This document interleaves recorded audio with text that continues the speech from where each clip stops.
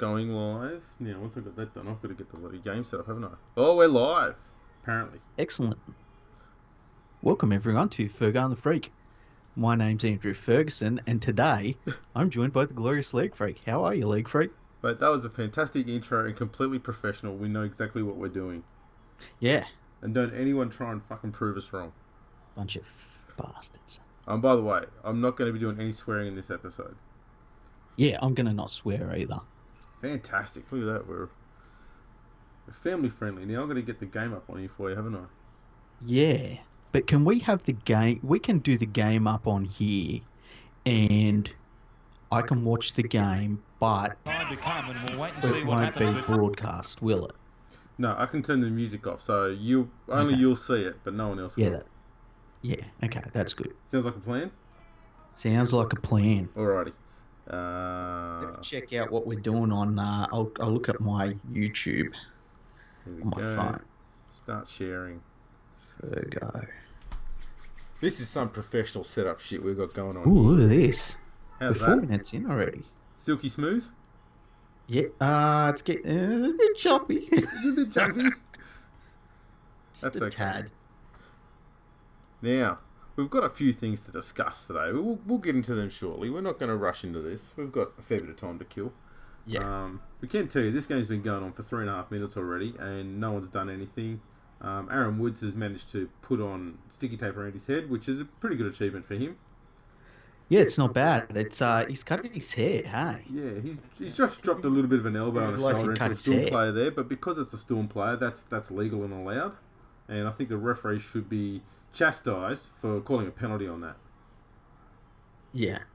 I look forward to the Daily Telegraph article about the Storm player attacking elbows with the back of their heads. Yes. Did you see yesterday Paul Kent came out and he gave Peter V'landys another love letter about how great he is? I saw that he saved rugby league. He's only been in the job for what, 3 months or something? He's the greatest thing that ever happened to the game, other than the game itself. And even that's still up for debate at the moment with Daily Telegraph. You know, they should just call it Peter V'landys league. Well, I'm wondering how much longer he's got to be around before they decide to rename the Dally M medal, I guess, the Peter V'landys medal, the Peter V medal. The Peter V. Hey guys! The Peter V. That'd be good. Hello. We've got a special guest here. Hello, it's special guest. Sounds like Sharks fan. This one here. We're just we're waiting for Melbourne to get smashed here. Yeah. There's a penalty because the Melbourne player's having a cry. And here comes referee Cameron Smith having a chat. Whose ground is this at? Who's the home team? This is Cogra. Well, this is the interesting thing about today.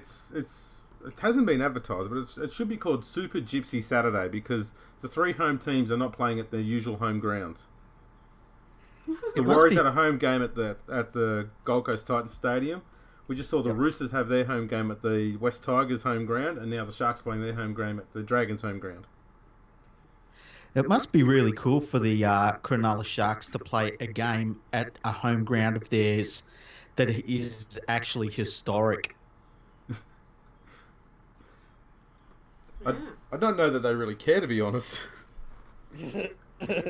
I think there's a few of the older, longer-lasting Sharks fans who take pride in the fact that their existence in the game came at the same time that the Dragons' premiership run ended. Yeah, the 11 in a row choking. That's why they call it Coca-Cola. So he's old man Smith. He didn't want to play. He didn't have a shave either. He's scared of coronavirus. All-time great. And he slots the 2. Trust me to come in and interrupt you guys when Melbourne gets a penalty. Which family's that? Yeah, you do that. How come all of these families have the most... It's like Gogglebox, isn't it? They've got the most barren household living rooms there is. Yeah, where's your Sharks merchandise? That flag's pathetic. Where's your Andrew Eddinghausen cardboard cutout? Where's the pizza?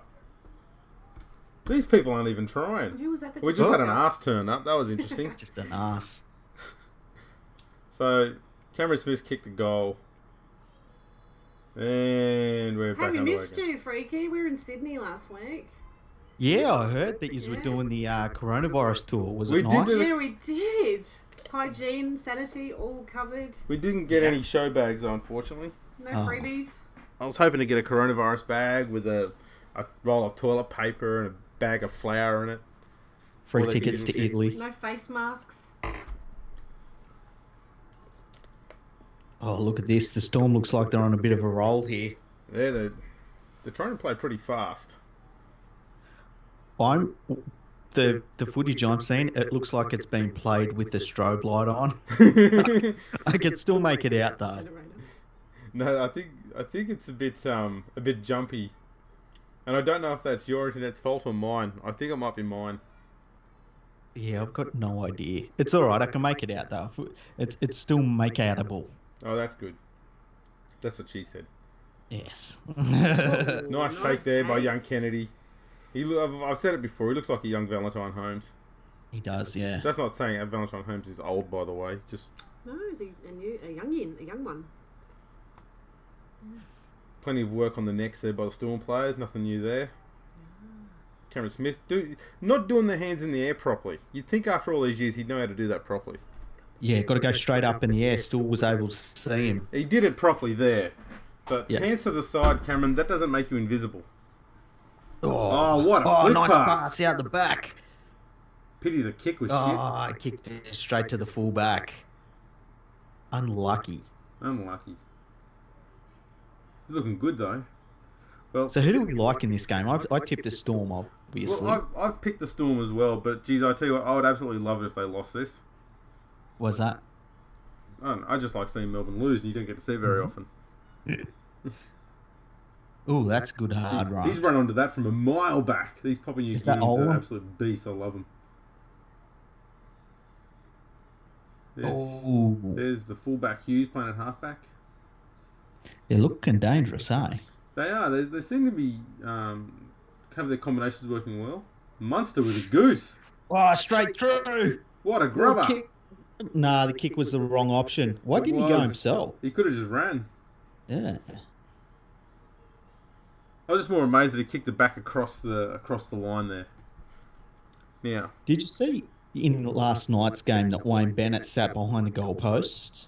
yeah, I was speaking to the missus last night about it. I said, when do you reckon the last time was that Wayne Bennett actually sat in the stadium at Lang Park? Yeah, like, even just... Because he wouldn't have done it for an Origin game, right? And he wouldn't have done it for a Broncos game. And since he's left, he wouldn't have done it. So, yeah, that's a good point. Yeah.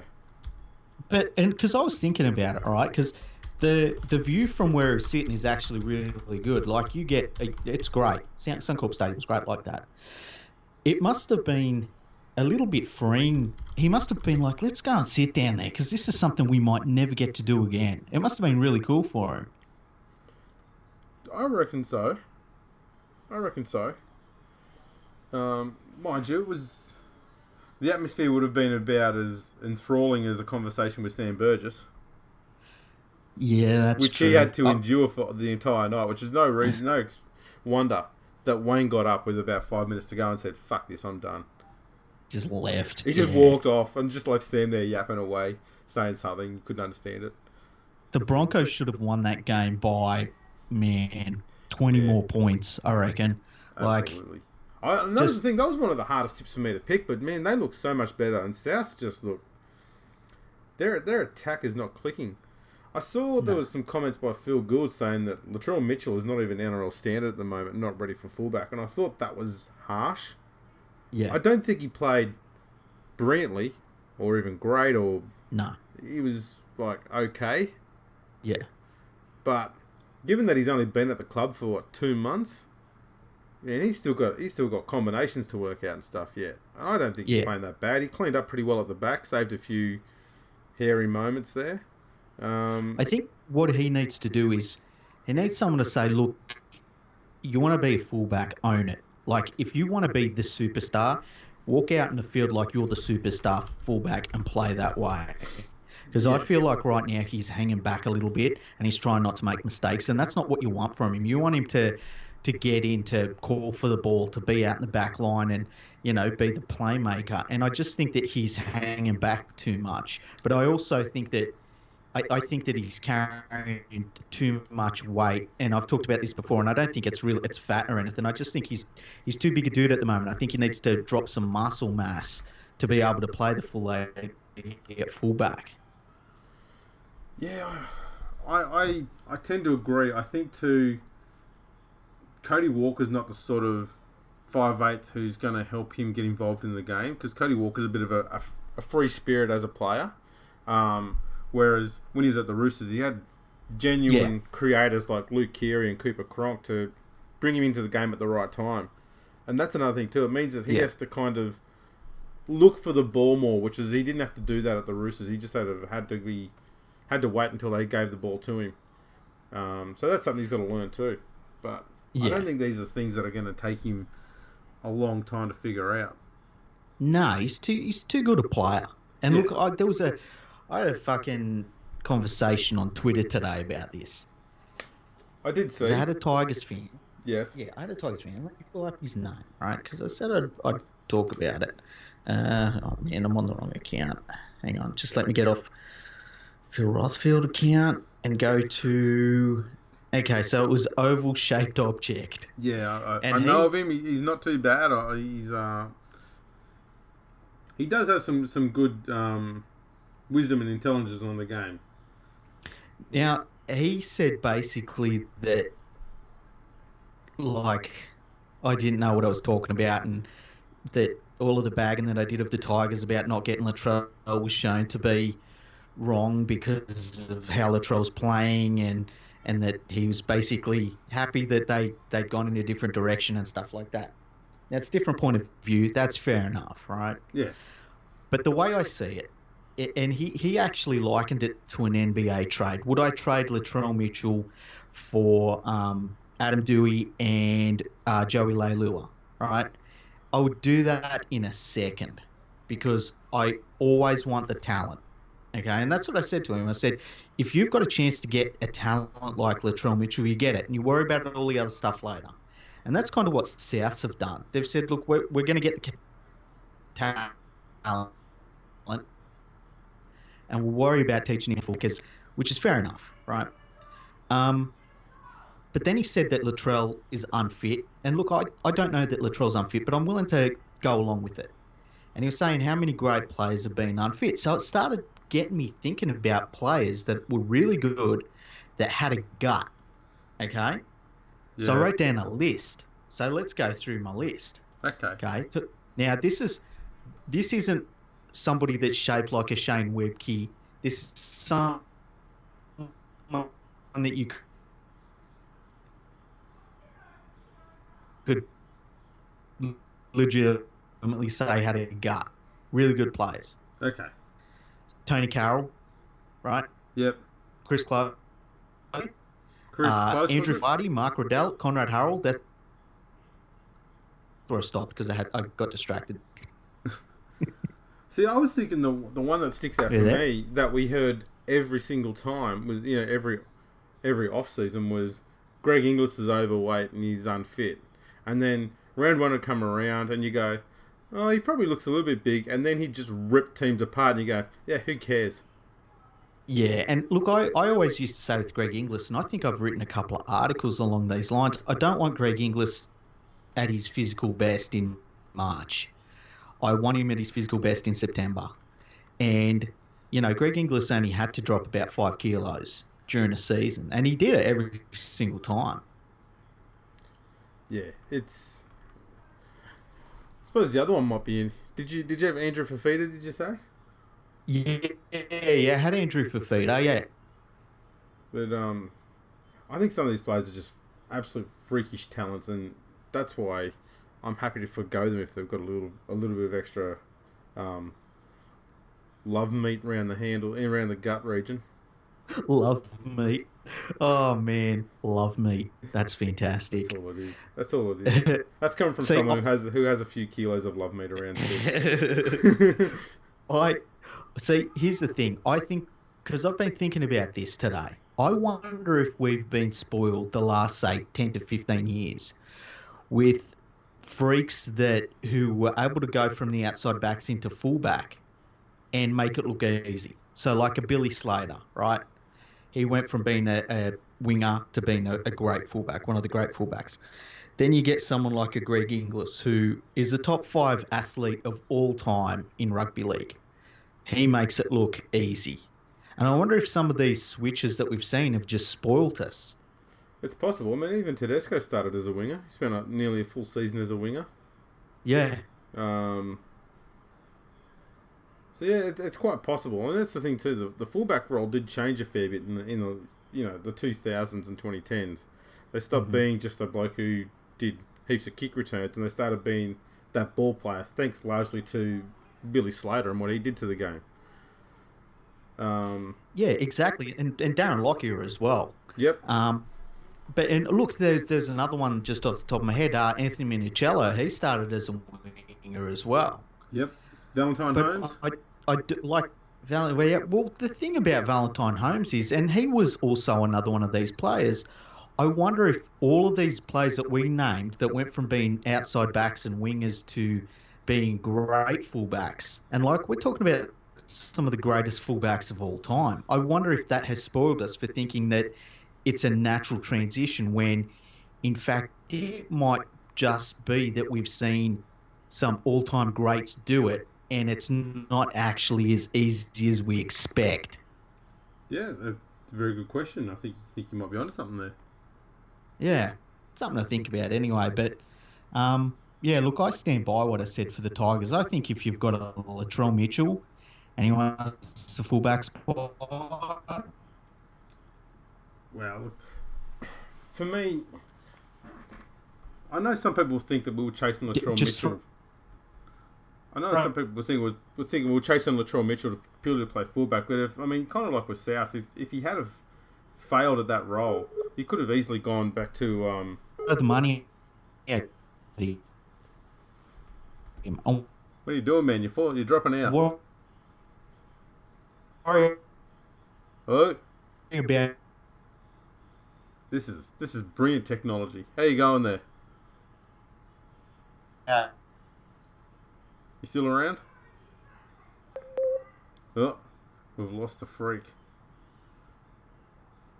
Well, as I was saying before, he disappeared. No. I was just saying that... I'm here. Can you hear me? Yeah. I was just saying a lot of people were suggesting that with Latrell Mitchell at the Tigers, that he was going to be bought specifically to be fullback. Same thing as South's done. But they do have an option, albeit a poor one, if it hadn't worked out, and they was just put Mbai back at fullback, and Latrell can go back to centre. He's still going to get good value out of him. Yeah, exactly. Just get the talent and worry about it later. Yeah. That's exactly what that is. I look at someone like, and it hasn't worked out for them, but Brisbane, I think, did a similar thing with Jack Bird. They saw the talent and they were like, let's get him here and worry about it. No, unfortunately, Jack Bird hasn't been on the field very much. Yeah. But, I think that if you get a top-of-the-line player like Latrell Mitchell, especially for his age and the fact that he's a goal kicker, that's huge in the NRL. Absolutely. Yeah, the Tigers needed both. But they didn't have a genuine goal kicker. I mean, Benji Marshall's back kicking goals now for the first time since the war. He's kicking goals again like it's the Blitz. Yeah, he's just nailing from everywhere.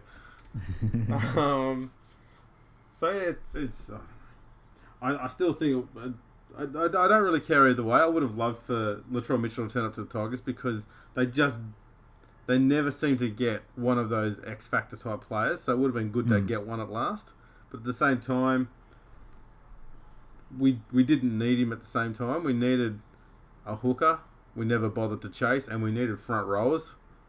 Mm-hmm. So. Well, I'll ask you: would you trade Joey Leilua and Adam Dewey right now for Latrell Mitchell right now, playing out of form? Yes. Okay. And I'd put Latrell at centre. Yeah, that's fair enough. I mean, I'd still play him at fullback and see how he goes. I think we agree that he will work it out eventually. And if he does work it out, look out, it's going to be great. But, I am worried about him at the moment, though. I think that his work rate as a fullback just isn't there at the moment. And I think it's just something he hasn't learnt yet. Yeah, I mean, let's be honest too. The last time he was playing fullback consistently and regularly was in the NYC under 20s, and that was not even close to this level. And No, so it's going no. to take a while to get used to that, especially when you've been parked out on the left, being fed the ball by absolute champions of the game whenever they felt like it. You Mhm. just stand around like brown cows half the time there and just let the absolute legends hand you the ball whenever you need it, and you just do what you got to do after that. To going around and having to do the huge amount of running required and playmaking that's required in that role. And Yeah, he is capable of being a playmaker. He's played plenty of games at 5'8". yeah. So I've got no doubt that he will make it work as a fullback.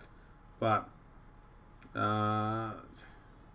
it's one of those things where he's going to need time to do it. And do you waste a season letting him learn the role at fullback, or do you do something even more drastic and put him in Reggie's reserve grade and let him try and learn the role there? Well, they're not running reserve grade at the No. moment, so But I mean, if they can't. for argument's sake, if it were running, Yeah. what would you do? If I feel like with the because it is a bit of a delicate situation. I mean, this is a superstar that wanted to change positions, and that was one of the motivators for him to move. And South said, "Yeah, we'll give you the keys to the fullback role." I I think dropping him back to reserve grade theoretically would only work if you sat down with him and talked about it with him, and it was a mutual agreement decision. You know what I mean? Yeah. Because I mean, this But is the other thing that if he agreed to it, I think it would serve him well. bloody oath. The other thing that South could look at doing is having the fullback role played by two players, and that'd be Alex Johnson and Latrell Mitchell. And that way, Latrell could ease into the role. He could do half the job, and Johnson could do the other half until Mitchell's fitness and match awareness, stuff like that, all is up to where it needs to be. And it wouldn't be that hard to do. No, I mean, I think that last night showed like they do that switch pretty well. And Johnson, I mean, I've been pretty impressed with Johnson this year when he's played at fullback. I really do. I think with a talent like Latrell, you give him enough time. You can't do it on 2 weeks, and you definitely can't do it with one of those games being against the Broncos team that just set you back on your feet. I mean, the Rabbitohs forwards were absolutely destroyed last night. So, all their backs were going to have trouble going anywhere. But, yeah, I look, if he gets it together, you know that Latrell's going to be an absolute monster back there. It's just a case of giving him the time, in my opinion. Yeah, I agree too. I think that's all it needs. He just needs a bit of time. He hasn't been at the club very long, so I think people just need to give him at least a month there and assess him after that. So after a month, right? If he say he's doing this in 2 weeks from now, and he's had another game like this 2 weeks from now, what would you do? Move him to centre. I think I would too, and say to him, look, we need you to get your fitness up, and from centre, I want you running infield and looking for the ball. Yeah. Come looking for the ball. That's the main thing. But yeah, that's what I'd be doing with him though. Now, there was something. Oh yeah, I ran a poll. Yes. It's still running, so if you want to get in there and vote on it, you can still do that. And it was about the Warriors, because during the week they decided that they're going to stay in Australia, and they're going to I suppose stay around for as long as possible to make sure the competition keeps running, unaffected by what they're going to do, because there was talk that they were going to head back to New Zealand, and if they had done that, they wouldn't have been allowed to come back into the country, so on and so forth. Mm-hmm.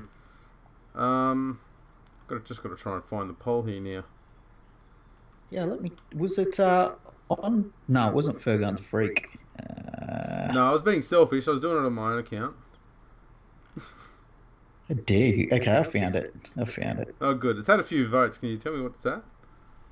Okay, so the first option was all Warriors home and away to be played in New Zealand in 2021. The second one, and that got 42% of the vote. That was the top vote getter. The second one was cash in the cap. That got 19% of the vote. The third one was extra pay to players, which got 37% of the vote, which was the second highest. And the last one was extra competition points, which only got 2% of the vote. 1,200 people voted on that. That's incredible. Yeah, still going. I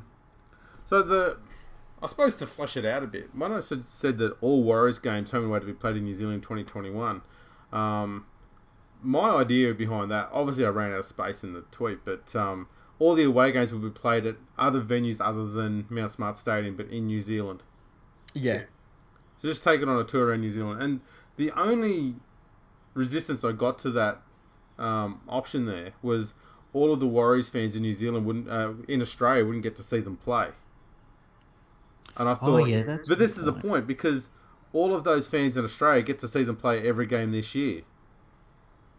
That's a good point. Well, they don't get to go to the game, so. No, but I mean, it's not like they were going to them anyway.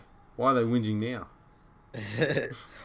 Maybe what you could do, just to tweak to that, is say, have a game in Brisbane, have one game in Sydney, and one game in Melbourne, because then you covered them 3 cities, but all the other away games go. Make sure they play those. Make sure they play those 3 teams twice, so they still get to play them over in New Zealand as well.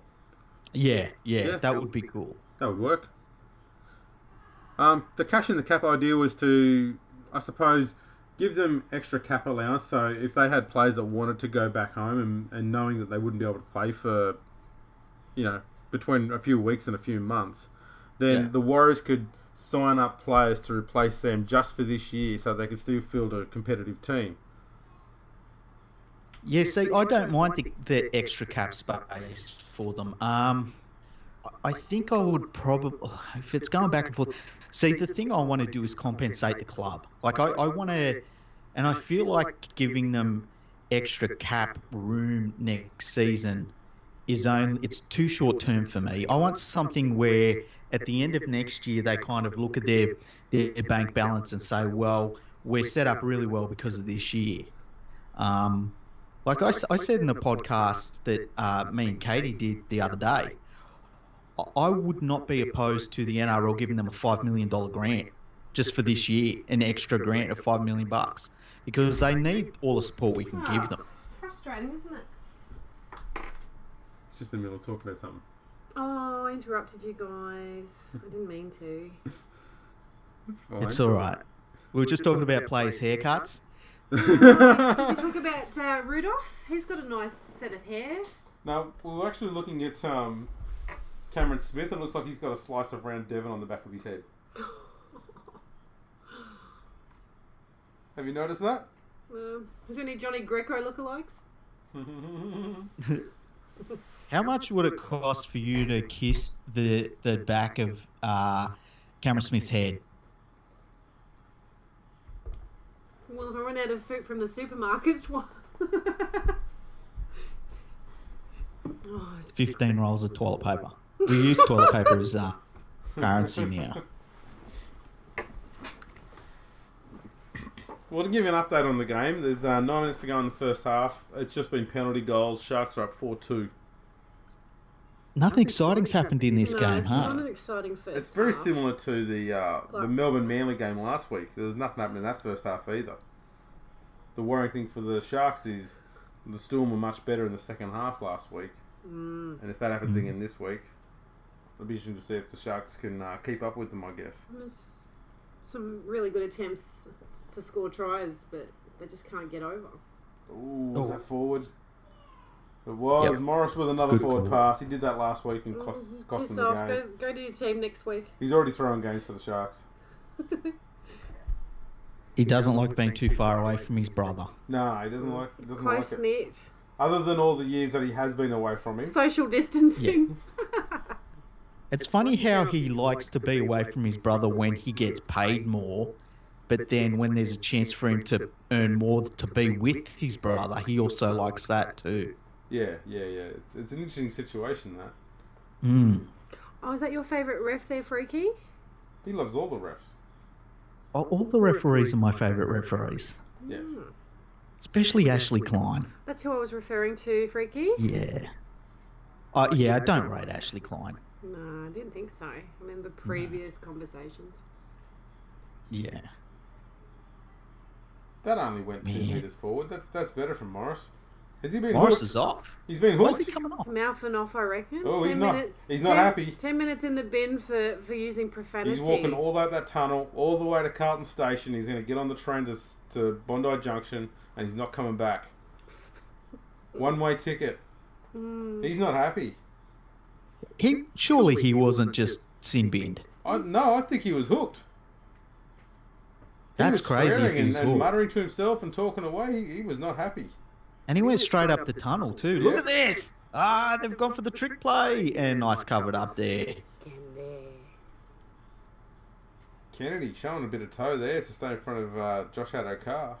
He did good. Clean pair of heels. We've got to get the cliches out of the way. Yeah. It's not his go. Oh, wait. That's not for this No, one. different one. The Bulldogs played the other night. Yeah. What do you think of Blake Brayley's hair? It's just so super smooth and silky, eh? I'd like to run my fingers through it. Me too. Oh. Wait a minute. I sound like Andrew Johns when I say stuff like that. I'm sorry, Drop the everyone. ball. Oh, jeez. What is it with the Is that Sharks? play on? Play on and he He dropped dropped the ball. that cold. Yeah, what the... 7th minute there. Jeez. See, this is why you need crowds, because they would have just piped up and said, he's been doing it all day. Yeah.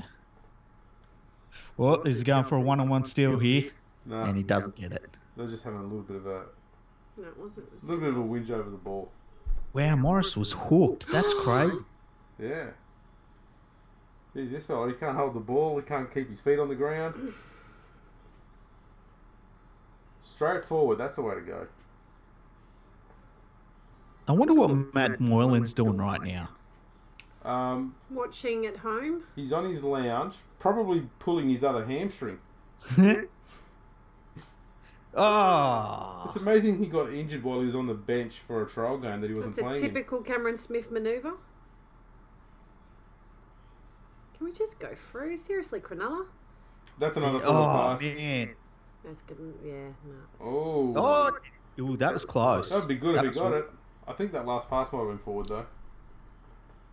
There's the angry Fijian. Vunivalu's definitely got something to say. He signed for a sport that doesn't exist next year. Pretty smart play, because he might still get the money and he can just come back to rugby league anyway. Imagine that. Get paid twice. I think he'll just be listed as a creditor. The referee didn't put his flag up. Did you call him for a shoulder charge? No, Didn't No. even go anywhere. It Probably that is a pass forward pass animation. because they've just had a turnover. Change over. There we go. What was that game that we did last year, Andrew, that was just such a dog of a game? Hang on. Was Sorry, it a Tigers game? I can't remember. Oh, what a hit! Wait, Graham, he just killed someone. Good on you, Capitan. See, this is the thing. I love that sort of stuff. You've got Jason Tormalolo. Wade Graham's my Yeah. favourite player. And Billy Look at McGuinness this. has Yeah, been yeah. on there. Oh, yeah, that's brilliant. Yeah. Right across his chest. Oh, that is just fucking awesome. That's what I love about good old Wade. And he just gets up and walks away. He doesn't sit over them and talk trash to them. He just gets up and walks away like, yeah, I'm doing this shit all day. He's got another Yeah. child on the way, so he's really pumped. Fafita's growing a mullet. He's not pumped anymore, though. He's a changed man. Those days are past. Yeah.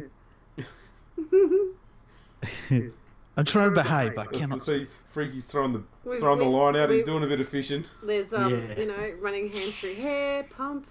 What next, Freaky? I'm trying to behave because we're live. We are live. There's Rudolph showing Aaron Woods how to run. Woods wasn't watching though. Oh, pass it straight to the Melbourne Storm 5'8". That centre there, they should send him back to Newcastle. Yeah, it's a bit not all right tonight. He's been trash. Remember when Sean Johnson used to be good? Was that with the Warriors? I was in the nines. Yeah, in the Knights. What sort of a play the ball is that? You're going to sit there and blame everyone for it, are you? You're an idiot. You're dropped from first grade, mate. See that? He got smashed by Wade Graham and then he doesn't know how to hold the ball anymore. Whoops. Hey, try Ton of war. Just love Rudolph's hair. Isn't it amazing? He's still rattled. This Rudolph kid's got a bit of the mad Dane Laurie about him. And where's Billy Magoulas? He does, yeah, without the record. Yeah. Like, he's got a clean record off the field, which is helpful. Yeah. Tackled in opposition 20. Sharks 13, Melbourne 2. Oh. Sharks have got all the field position, Come on, but Cronulla. can't get across the stripe. You get They the need to feeling score that here. Craig Bellamy is going to just give them the biggest spray at halftime. Oh, Yeah. yeah. You, They're could gonna have see, you to- could see from the box. They're going to have to rebuild the Cogra dressing sheds. He's going to rip them apart. Just punch over. Sharks. He's back, he 5 metres says. out. Oh, he's not close. Oh, is that him? Close. It is. Oh, come on. Johnson drifting right. Long ball Oh, to no where one. does the ball go? Seriously. There's Mulatalo running back in field. Oh! Yeah, that was a bit of an interesting tackle. Pulled down by Yeah. the back of the shirt. Call out a horse collar in the NFL. Oh, just come on, Graham. Graham runs into one of his teammates because they're too stupid to get out of his way. Go on, Sean Johnson. Pass it to someone. Another this time. pass to no one. Oh, this Johnson. is frustrating. Johnson. Listen. See, this is the problem with Sean 25% of Johnson. He thinks he can throw no-look passes like Benji Marshall, but he fails to realise that half of Benji Marshall's no-look passes went into touch as well. And Benji's better at it than Sean Johnson is. Yeah, but to be fair, 25% of Sean Johnson's passes hit their target 100% of the time. I wonder what John Morris is thinking right now. And that analyst has got really large glasses. He reminds me of one of the Thunderbirds. Brains. Yeah. Brains, you knew his name. Oh, never really was a fan of Thunderbirds, but I've seen enough Thunderbirds memes to know who he is. You know, the puppet on strings thing. There's a reference. You know that- Oh, man, what was yes. that? Who is that? That's Making atrocious. Oh, look at Bellamy's face. Bellamy's gobsmacked. It's like, Bellamy's got... Oh, my God, Oh, Johnson. Sean Johnson. 3 in a row. oh my God, this is painful to What, watch. Morris got hooked after one forward pass, and Johnson stays on the field after 3 debacles. Even Craig Bellamy was blowing up at that drop ball. Bellamy had that look on his face of, how the fuck am I going to punish that prick for that shit action? Man. And Johnson's like, fuck. I dudded a gun. Are these people like a relative of a footballer or something? I don't know. I want to know how you get in one of those rooms. Yeah. I want to have one of those cameras here, and then they can hear me doing the live podcast, and I'd just be dropping swear words the whole time. We're going to put this on Fuck Sports. Fuck sports. I would look at Bellamy. I like it Wow, when he he's fires going to up. be so angry. I would wait until something really awesome happened, and then I would pretend I was doing lines of substances off of tables, like so they couldn't show it. They'd be like, "Man, the best try of the game," and this dude's, See, doing this stuff. I thought you might be trying to reenact some of Dylan Napper's best work. No, I definitely would not do that. Oh man. That would be entertaining, though. Well, it's half time. Let's have a chat. We got some interesting content to bring up during the halftime break. Yeah. And it's about this NRL CEOs and chairman poll about the state of the game. And it appeared in the Sydney Morning Herald, what was it, a week ago or so? Yeah, I think it was a week and a half ago. That was back when we could all be around people. Yeah, back when we were civil and we were allowed to be humans and we didn't have to try and kill one another for fucking toilet paper. Yeah, you could go to Bondi Beach and stuff. Yeah, without being chastised by the media. Yeah. Who are at Bondi Beach, by the way. Yeah. It's called the Big Poll. And it's spoken to, 16 or 18, 20 respondents. Yeah. So we're talking big numbers here. Huge. First question. How would you rate your faith in Todd Greenberg to continue as the NRL CEO? Some faith, 44.4%. Complete faith, 5.6%. So, straight away, half of the bosses are happy with him to stay there. To some degree. Yeah. On the fence, 27.8%. Little faith, 11.1%. And no faith, 11.1%. Okay, so that's pretty good for him, actually. Yeah, I'd hate to see, I think, for someone in his role to be getting 100%. Yeah. I want to know that he's pissing some clubs off. Yeah, exactly. It means he's universal. Look, and it's rugby league. Like, his job is to basically keep all of these clubs in line. Yeah. And so if they all like him, he's not doing his job. That's right. How would you rate ARLC chairman Peter V'landys' first 6 months in the job, given that he'd done nothing in that period? Excellent, 55.6%. Average, 11.1%. And good, 33%. And there was nothing for bad. Poor was 0% and not good was 0%. Okay. I like the way that they framed the two questions differently, like they gave you different options, hey? Yeah, so the first one is about, I suppose, it's worded in a way so that you're considering whether you have any faith in Todd Greenberg instead of saying whether you think he's done a good job or not. Yeah. But it's completely open for V'landys. Yeah, exactly. I don't know how you can say he's done an excellent job when, as you say, he hasn't done anything. His first 6 months, he did nothing.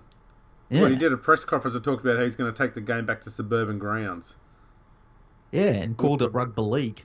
Yeah, I mean, well, that was post the first 6 months. You know, at least by this time, Peter Beattie had done like the Magical Mystery Tour. He was 6 months into it anyway. Yeah. Still had another few years of it to go before he left. He also irritated Phil Gould.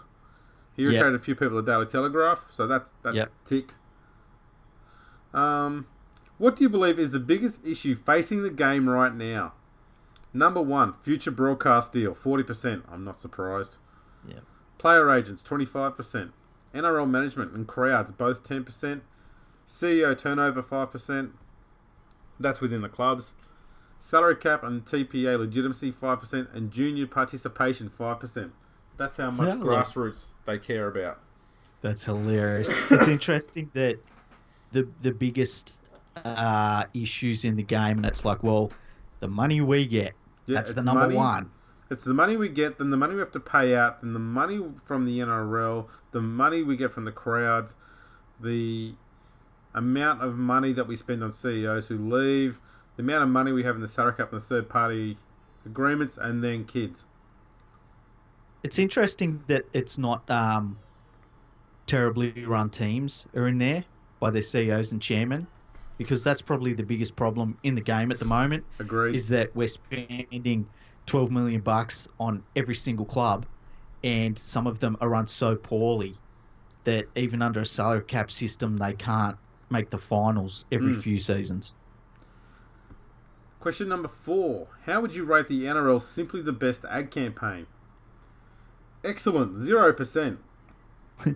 Good, 40%. Average, 35%. Not good, 0%. Poor, 25%. Wow, a lot of them didn't like it. That's interesting. Well, I think the majority of them are like, it's an ad. Yeah, which is fine. Yeah. Do the ARLC and NRL executive team do enough to support the clubs?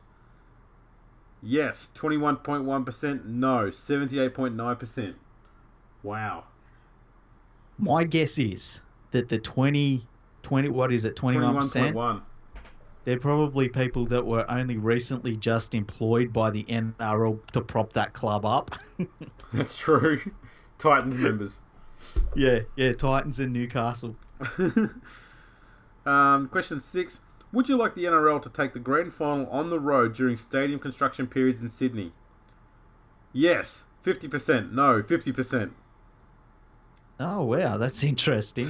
I can't believe it's such a problem, hey? Like, I feel as though there's a worry that if we took one grand final to Brisbane or one grand final to Victoria to play it at the MCG, that we would forever lose the grand final from Sydney, and I just don't think that would be the case. Of course it wouldn't. Look, this is the thing too.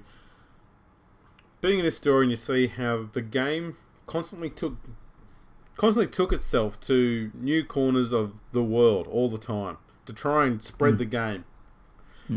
And, you know, kangaroo tours, lions tours, kiwi tours, that sort of thing. And all of a sudden we got to this point over the last 20 years, it's like, no, everything has to stay exactly where it is and never fucking move. Yeah.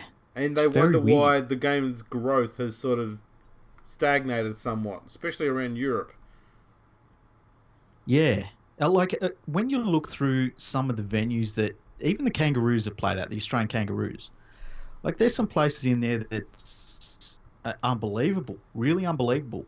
And as you say, I think it'll come in after Super League when everyone was ultra conservative in terms of the money that was being spent, because they had to be, because all the broadcasters who had raped and pillaged the game decided that they needed to get their chunks of flesh over the next 15 years, so they underpaid the game. I think it come in because of that, and it just hasn't left the psyche of the management of the sport. I think you absolutely nailed it there. Absolutely. Can I just interrupt this poll here? Mm-hmm. Fox Sports just put up a thing saying first half highlights, and it just showed Craig Bellamy just bitching in the box there, the coach's box. And then when they stopped that footage, they then went to live footage of him in the dressing room, absolutely smashing his players in there. I went, that's actually quite accurate. Yeah, I think that's spot on. That's, the first half was a bludger. I think that this Storm team's going to come out in the second half and put one on the Sharks, eh? Yeah, I think right there he's saying to them, if you don't get out there and pull your finger out, every single one of you are pushing the fucking bus home. Or even worse yet, we're gonna go into the middle of Sydney and you're gonna shake everyone's hand. Yeah, and then you're gonna lick every bus clean. Yeah. What's Paul Gallen doing there? Why does Paul Gallen have to be there? He's a assistant halves coach, probably. Yeah, probably. Should the NRL continue to pursue funds for Sydney suburban grounds? Yes, 75%. No, 25%. I don't get that one. Why? Why would? I mean, obviously, if it's 75%, it's not just Sydney clubs have said yes. Unless they only just went to mostly Sydney clubs. Yeah, it's... I don't know. This is the thing that doesn't make sense. V'landys wants to take the game back to all these suburban grounds, yet it's going to cost the game money, and it's going to cost the clubs money to play there.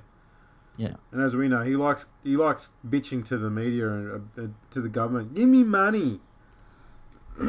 Yeah, exactly. I hate it. It's weird. I don't understand it. Look, I think that there's a couple of grounds you could give upgrades to, and it would set Sydney for its stadium infrastructure up fine. But I mean, I'd be playing as many games at Parramatta Stadium, and the new ANZ Stadium at Homebush is going to be absolutely amazing. The new Sydney Football Stadium, I think, just it's always going to be difficult to get to, and it should only be a 30,000 seat stadium. But yeah, that's an interesting result to me. Yeah. Question 8. Do you agree with the introduction of the Captain's Challenge? Yes, 65%, of course. No, 25%. 10% indifferent. Of course the clubs are happy with that. They get to bitch and moan about the referees a bit more and get away with it. Yeah, because it's never their fault that they lose matches. Number 9. Do you believe the NRL should add a new team or teams in the next broadcast cycle? I was interested in seeing how this one went. Yeah. yes 55%, no 45%. And I thought the yes vote was probably about 55% higher than I thought. Yeah, because and I wrote about this years ago that because there's 16 teams, as soon as you add another team, every team share in the NRL competition gets lower, Yep. and that's a problem. So yeah, I'm surprised that it was that high. Uh, Look at the way that everyone's dragging their heels. I don't think we're in any danger of a team being added to the comp No. anytime soon, eh? No, everyone is really dragging their heels. Really bad. The last two ARL chairmen both come in talking about expansion, and then when they left, gave a big spiel about why we desperately need it. And it's like, why didn't you do this when you were in the role? And it just sums up the problem with the ARL at the moment.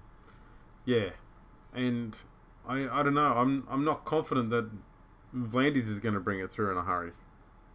No, I wouldn't be shocked if he sat down with the North Sydney people one day and said, "Okay, tell me about Gosford." We need to get North Sydney Oval back in use again. Yeah, it's so magical, it's so wonderful, and yet when we were playing there, everyone used to say, "Oh man, this isn't a footy stadium. This is a freaking cricket oval. We need to get away from this shit." Even North Sydney did. That's why they started building up in Gosford. Given Vlandis' love for suburban grounds, I reckon his idea for an expansion would be North Sydney and Newtown. Bring back Glebe. If the NRL chooses to expand, would you like to see a current team relocated? Yes, 65%, no, 35%. Ooh, that's interesting. It's funny because it's always somebody else that needs to relocate. That's right. And it's not expansion if you're relocating someone. You're just moving a team to an area that no one wants. Exactly. Do you believe there is enough depth in talent to support more than 16 NRL clubs? Yes, 40%, no, 60%. It's the best competition in the world. Yeah.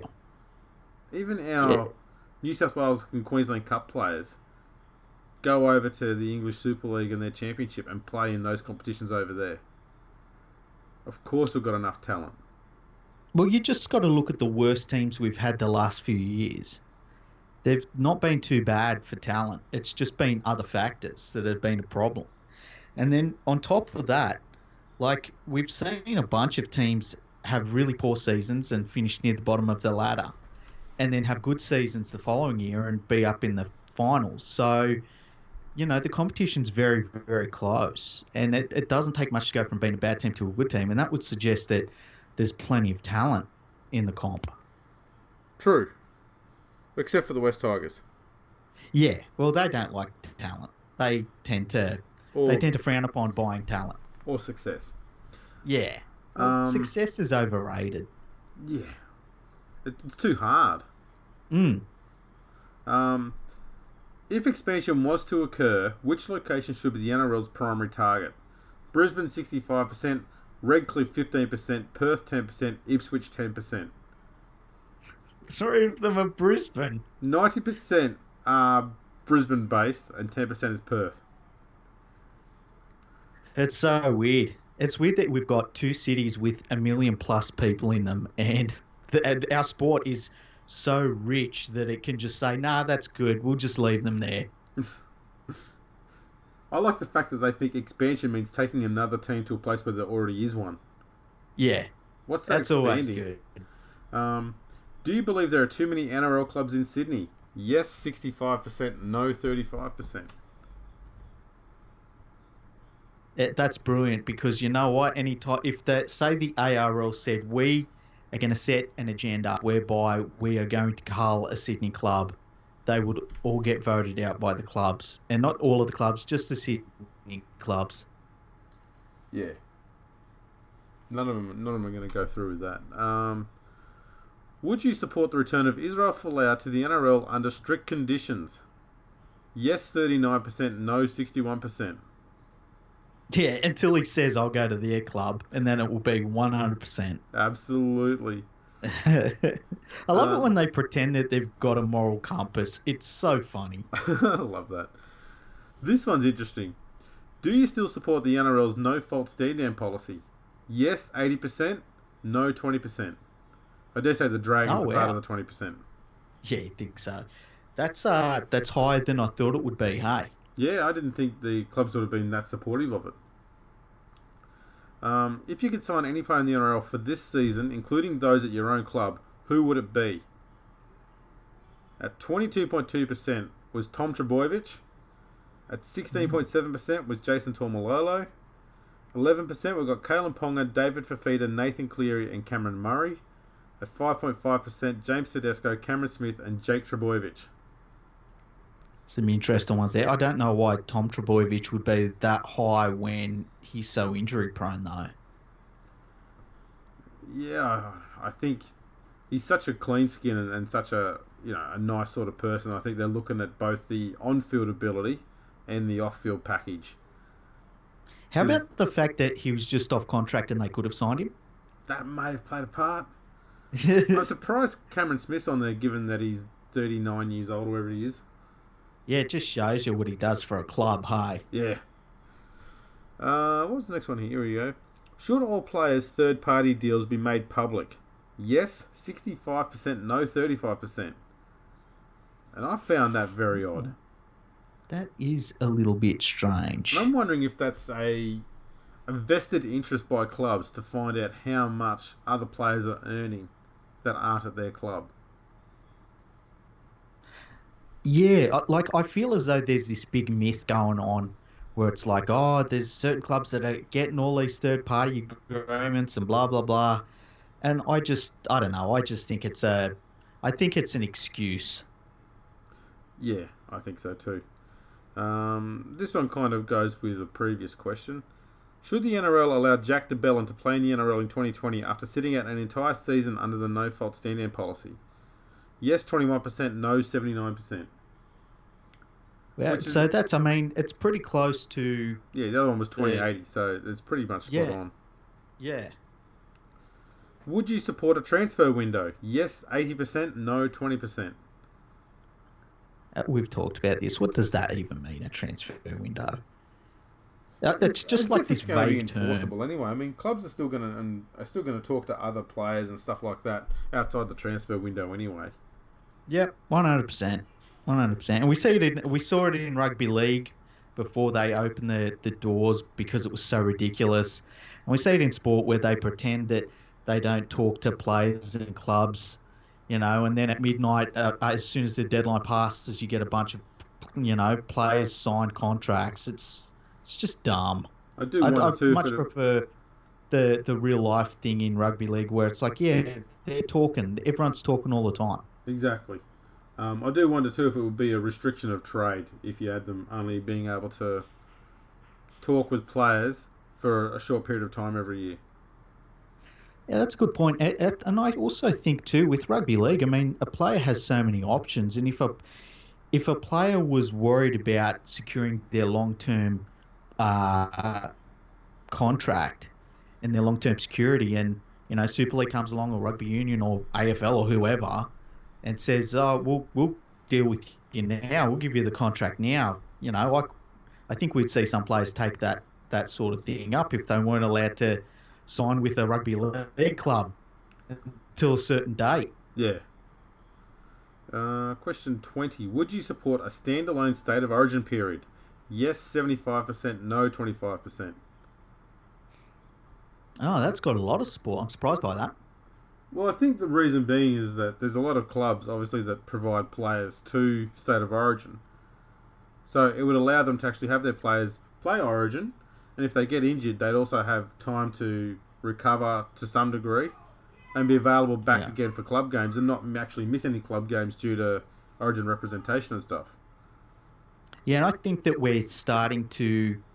that sort of thinking and that push for, not ruining the NRL competition, I think it's really getting a lot of momentum the last few years. And, I think in 5 years' time it will be that way. We'll have State of Origin as standalone, and, I think it'll be a good thing. I think it's where we're headed anyway. I agree. Do you believe the NRL's current compensation system for players injured in rep footy is fair? Yes, 10%. No, 90%. I mean, I don't know what the clubs want, really.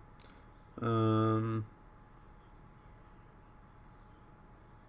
I think the best way to look at this is with Kieran Foran, how he's going to miss an entire year because of an injury he got in rep footy, and he's on $1 million a year, but the club's only going to be compensated $350,000 of his salary. I say stiff. I mean, you can't. Injuries happen, and if you're willing to pay someone $1 million a year knowing that they could get injured, then that's a risk that club is making. You got to own it. Yeah, I tend to agree. And the other thing is too, like, I mean, what happens if you say you get $1 million off your cap and you go out and you sign 2 players, $500,000 players to cover Kieran Foran, and it would be, say you got 2 forwards, whatever, and then come September, Foran's ready to go. Like, what happens then? Exactly. Just watching some interesting play here. There's nothing going on. Anyway, should the NRL prevent players from earning more money at other clubs if they walk out on their deals? So this is kind of in response to Ryan Madison walking out on his deal at the Tigers to join Parramatta for a bigger coin. And the clubs say yes, 66%, no, 33%. And I have to say no, because that is going back to the clubs trying to, I suppose, determine how much a player should earn or not. And that should only come down to what clubs are willing to pay them. I think I would say yes. If Ryan Madison wants to get up and go to Parramatta to earn more money, so be it. At the end of the day, the problem Ryan Madison has is that tarnishes his reputation. Especially if you do it more than once. People are going to go, you're only coming here for the money? Like, you had an absolutely stunning season last year. Why don't you just keep the money you're getting and see out your contract there and see where you can go with it? But instead he's gone, nah, I want to get more money now because I'm able to. And it shows his mentality, and it makes clubs wary about signing him. And so I think players should be allowed to go and do that if they want. But the flip side of it is, it's their reputation they're putting on the line by doing it at the same time. See, I like the idea that I think it would stop players looking for better deals elsewhere, or their managers anyway, looking for better deals elsewhere while they're under contract.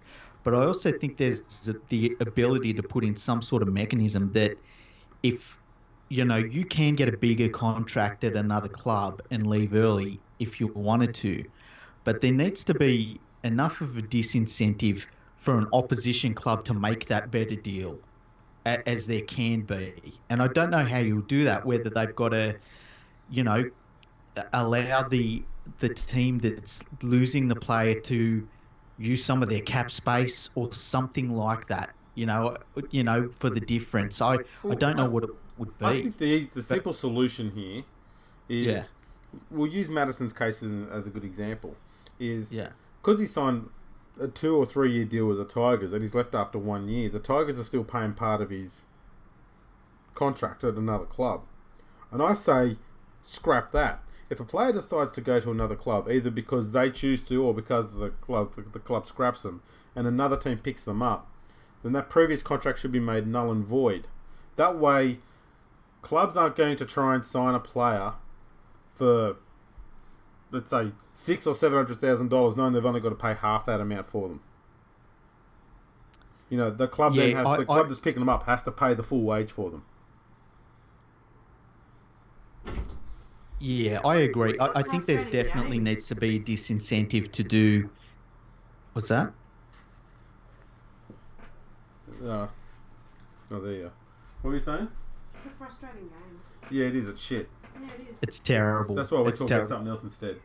We're basically ignoring the game at this point. It's 4 points all, and there's 31 minutes left. No one's scored a try. Yeah, it's just terrible. Yeah.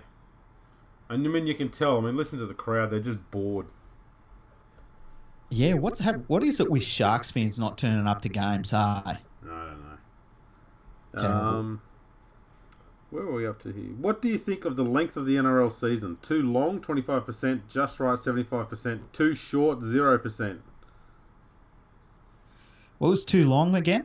25%. See, I can't remember who I was talking to. It was either Katie or Julie I was talking about this.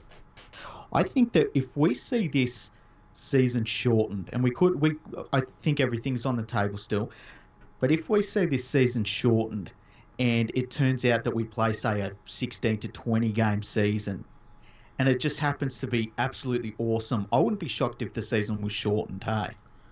Yeah, like I've always said, I think 22 rounds is the absolute sweet number. Because that way you can have the top 8 teams from the previous year play each other twice, and they play all of the bottom 8 teams once, and vice versa for the bottom 8 sides. And I think that would make for a pretty strong competition. And that's what we used to have. Yep, I agree. I think 22 is perfect, and I would love to go back to that and open up that extra month for the rep rounds. Exactly. Has there been an improvement in the refereeing over the past 12 months? Yes, 20%. No, 25%. Still the same, 55%. And I tell you what, that must disappoint a lot of the people in the media. Yeah, I thought that we were supposed to be in the refereeing apocalypse right now. Exactly. Should the NRL persist with the Nines tournament? Yes, 55%. No, 45%. Well, they've just got to change it. It's just a start format. And it was when they brought it in. NRL clubs only. It's a ho-hum competition. Bringing in a bunch of new teams. That's what they need to do. It's exactly what they need to do. And they need to have... the one this year was an absolute abomination because you were in pools of 4, but you only played 2 teams in your pool or some crap. It was just the dumbest thing ever. Just stupid, yeah. And it also makes it kind of unfair. So I'd be completely overhauling it. Bring in more teams. Bring in a heap of teams. And just play it over a few days. Don't just play it over a weekend. Yeah, have a real festival in the off season. Oh, watching the Sharks here. They're trying to throw the ball around. They've thrown it back to Vunivalu. And now Melbourne are on the attack with a full set 10 metres from the Sharks line. We might see something happen. That was absolute dead shit play there by the Sharks. I haven't seen anything that dumb in a long time. Papanersen tackled. Jeez, the Storm passing is very slow. It is on my computer. Still very shaky. Oh, yeah. It's still the strobe light effect. Oh, mate. Well, look, I'm glad you're not missing out on much here. I know. As I said when the game first started, it's just at the level that I can make out everything that's going on. Oh, short side play! And he's into touch. He's into touch, damn it. No. Oh, no. Come on, ref. Wow, everyone said he was into touch except the ref. Yeah. Crossfield kick. Oh. Surely there's a try there. No. No, that was good defence. That was good defence and a good offload back in the field of play. Pity it didn't go to a player, but god damn. Yeah. That's a worrying sign for the Storm. They had a full set 10 metres from that Sharks line and couldn't get across. They're missing Brodie Croft. They really are. They really are. So yeah, that was that. That's the full amount of that CEO poll. Mm-hmm. I don't know. Something about me says it's an interesting one. I'd like to see one where the players are asked the same questions. Yeah, it'd be interesting. I think the players would go more along with what the sort of me. But for the most part, look, I think rugby league management is bereft of ideas these days, hey? Yeah. Yes. when the boss of the ARLC is pretty much just going with whatever ideas the Daily Telegraph dinosaurs put forward, it's a worrying time. Yeah, and they're like the praise from all of them. It's like this over the top praise. Yeah, it's really weird, especially for a dude that's done nothing yet. Yeah. I can't see why they love him so much, given that at this stage he hasn't done anything other than beg Paul, like, we need money, and I don't know how that gets praise. Yeah, that was. I mean, I think I've yet to talk to anybody that saw that and who wasn't embarrassed for the game seeing that. Exactly, that was just horrible. Speaking of horrible, this game, I think this is definitely the worst game. It's pretty damn bad. I'll tell you what, the performance of both sides here... A live episode 4. There is one, and I think it was the Challenge Cup final last year where we turned in expecting to watch St Helens annihilate whoever it was they played against, and they choked hard and played like dog shit. That was hard to watch. That's right. That was the one. And they lost to the Catalan Dragons. That's right. Was it Catalan? I think so. I'm sure it was. Yeah, because Catalan Dragons took it back over across to Europe with them. I thought Catalan won it the year before. No, it was Warrington. Catalan did win it in 2018. Because remember, last year Catalan got told that they had to pay a certain fee to enter into the Challenge Cup in 2019. Oh, yeah, you're right. I know. Yeah, man, that shows how good a game it was. I'm like, oh, yeah, that's right. Because we had... Who did we have on? We had Boogie Bumper on, and I think we just ignored it completely, didn't we? Yeah, we were talking about American politics and all sorts of weird shit. Yeah. Living in Penrith in the 90s. All exciting stuff. I tell you what, people, if you think that sounds brilliant, go to our YouTube page, because that's where you are at the moment if you're listening to this, and go through the live episodes there. We've got a few playlists there. You can find it. It's a long bloody episode.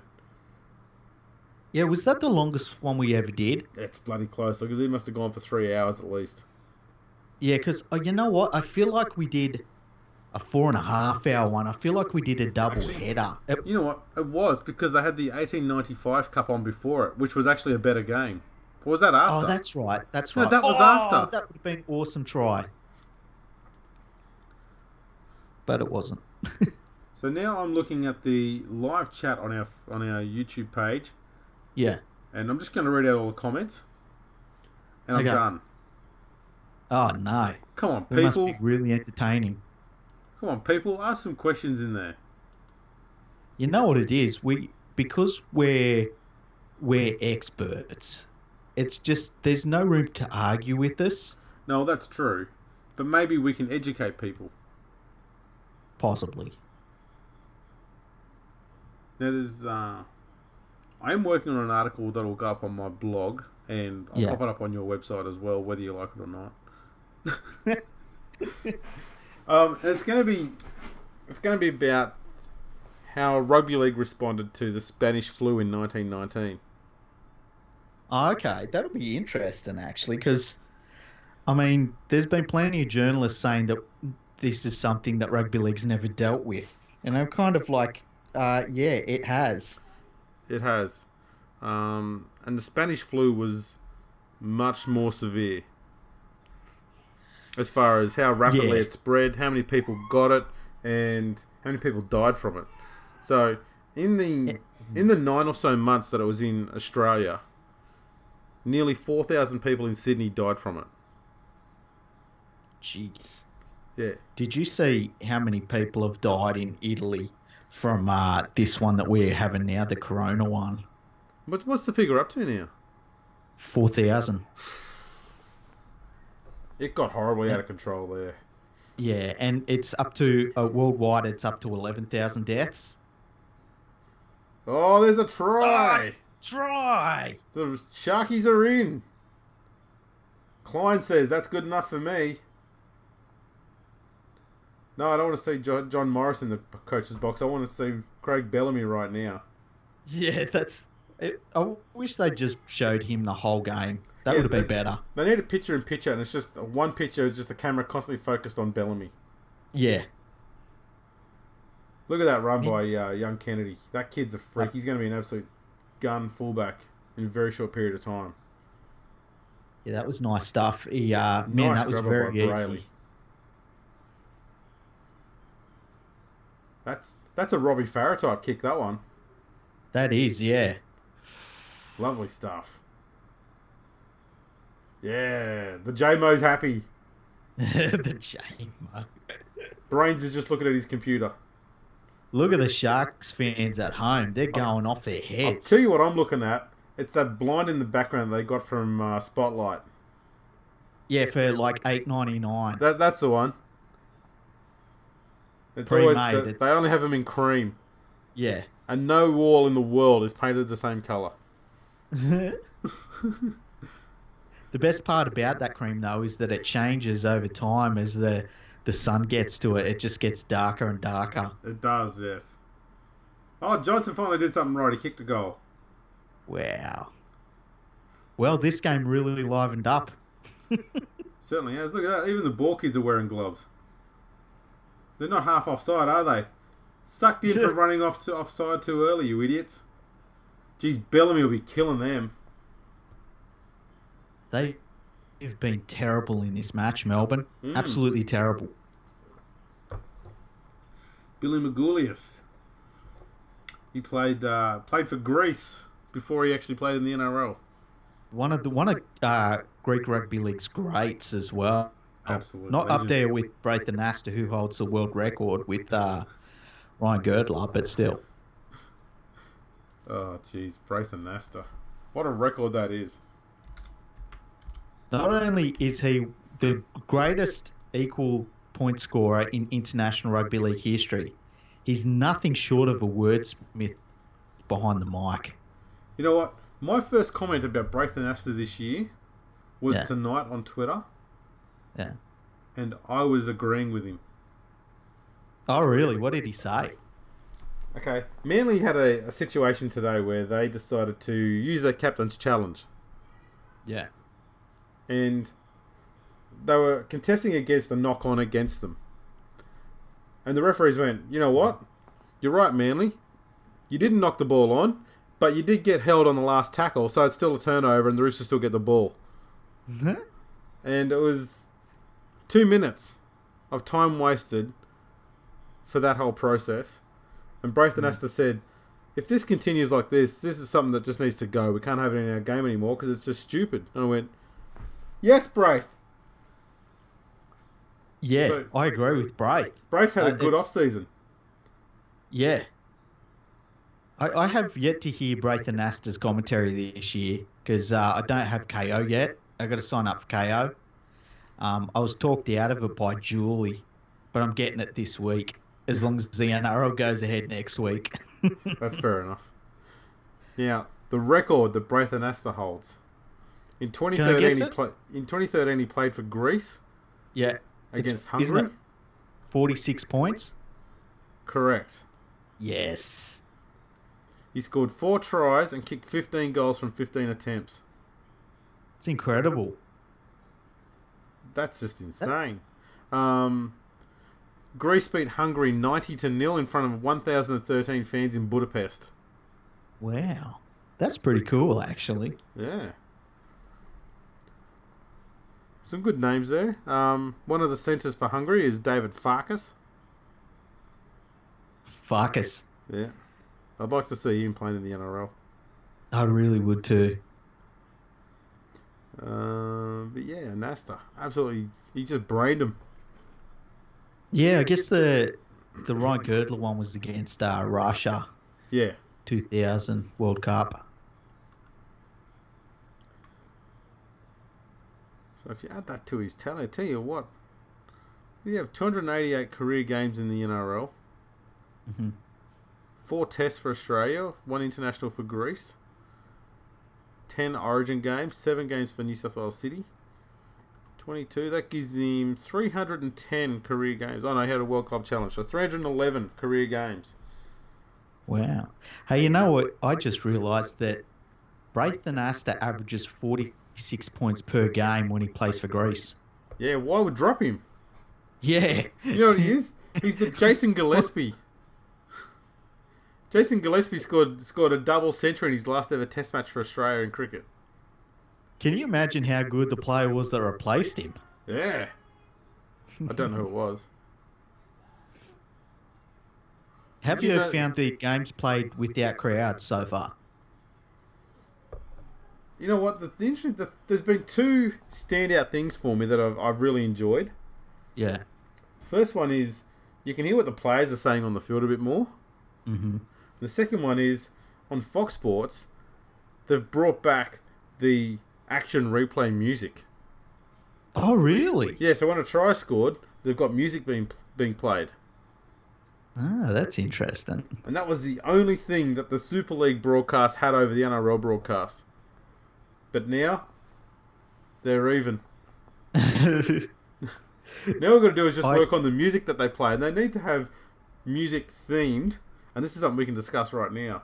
Music themed for each club when they score a try. So, Melbourne Storm has obviously got to be thunderstruck. Well, I'm going to put you on the spot. I thought we'll go through the teams alphabetically. So for the Brisbane Broncos, what song would they have? It's got to be what's his name? Genuine and My Pony. See, I was thinking, I think I'm paranoid by Garbage.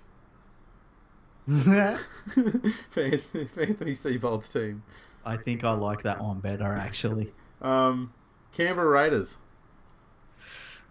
Ooh, any song from Frozen. I like that. Yeah. The Bulldogs. I was thinking of Britney Spears song. Definitely Dr. Hook. She was only 16. I was thinking Britney Spears' song, Oops, I Did It Again. Yeah, that's a good one. I like that one too. The Sharks. This is a good one. What about Dr. Feelgood?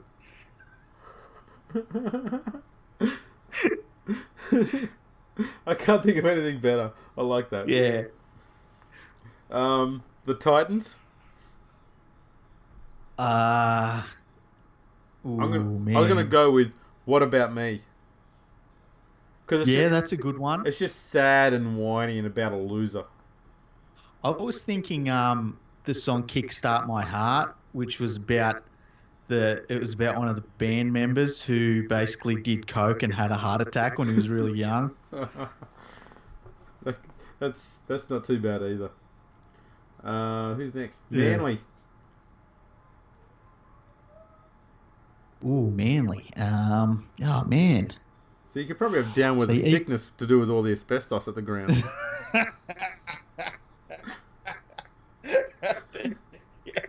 Yes, that one. Oh shit. See, I'm gonna have to play this part back, and we'll put them all down and make a playlist for it. We could make our own rugby league teams album. That'd be great, and then we can get if it's a playlist, we won't get struck. But yeah, we definitely have to do this. Absolutely. Melbourne Storm.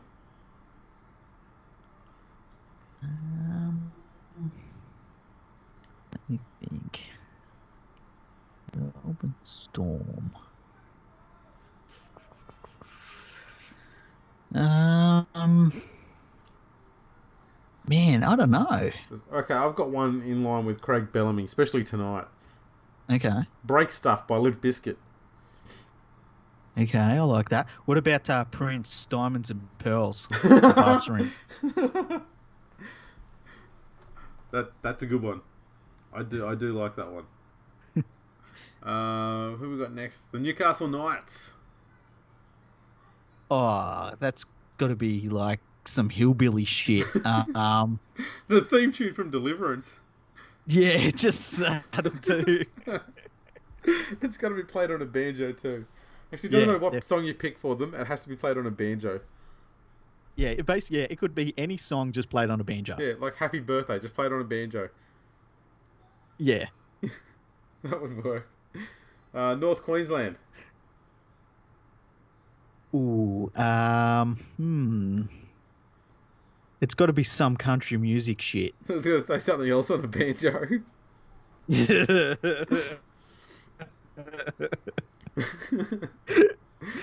Oh shit! I would agree with that actually. Yeah, let's just go another banjo one. That would work. We'll think of songs later for this. If you got any ideas for those two, pop them in the comments, or you can send them to us on Fergo Freak Pod on Twitter. We'll discuss these at a later date. We also got Parramatta. Parramatta, what would be a good Parramatta song?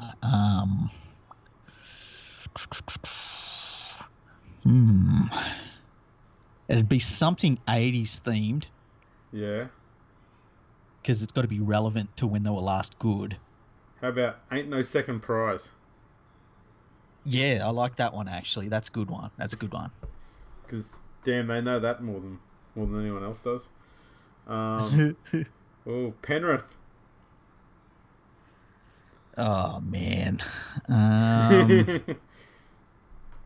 Fuck. I swore. Don't fucking worry about it. I don't know. What do you reckon for Penrith? Oh, the Storm have coughed up another try opportunity there. For Penrith, I think given how many young players they've got there, yeah. If you're happy and you know it. Or the play school theme. The play school theme, that would work. Yeah. Very man. The Dragons. Puff the Magic Dragon. Because they've got to be smoking something to keep giving. Yeah. I'm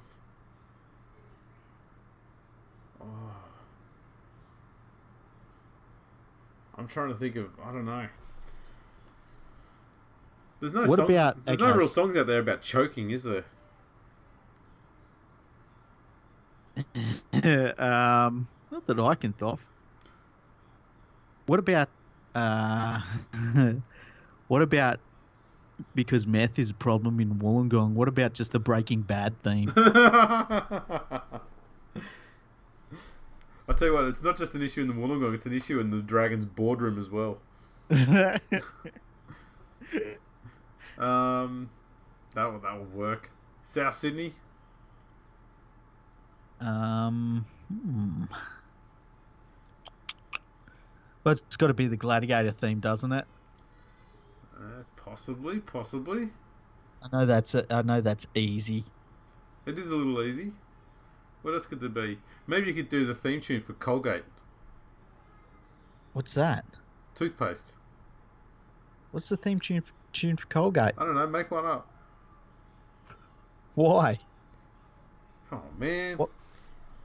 I don't know. Why Colgate? You know, with this South fan bashing thing, they've only got one teeth between them. They all live in a gutter somewhere. Oh. Yeah.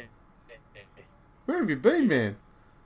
I don't know if they've got I don't know if they've got a theme tune, but would Polydent be as good for that as well? That could work. Oh, the Storm have scored. They scored. They broke the line. Well, he's going to look at it. We're going to the box. He's got to try. Okay, what are we looking at here? Is he looking at interference from the... Oh, there's nothing wrong there. No, there's no interference there. He looks like he's got it down good. That looks fine to me. Yeah, try. Does that come with Kamitha? I think it was. Yeah, Kamithia. How good's that burger box look? Tempting. I've not had KFC for 6 months. That's good. That's good. This is the worst part about watching the NRL is that fucking thing turns up every game. I'm like, oh Jesus, it's only just down the road. Testing my Every willpower. single friggin' game. What are we up to? The Roosters. The Roosters. I feel like chicken tonight. I was thinking Money, Money, Money by ABBA. Yeah, Seems that would easy. be a good one too, actually. The Warriors. Oh man. Maybe Weather With You by Crowded House. Yeah. It just sounds dreary. What about and I don't know. It's an Australian song by an Australian band called Leaving Home. I don't know that one. Leaving Home. Life was never good to me. Something like that. Okay. That could work. What else we got left? The Tigers. The Tigers. Would be the Tigers one. No one sings songs about 9. How about 99 Luft Balloons? That's got 9 in it twice. Yeah. 99 bottles of beer on the wall. What about something about a bus? A bus. Yeah.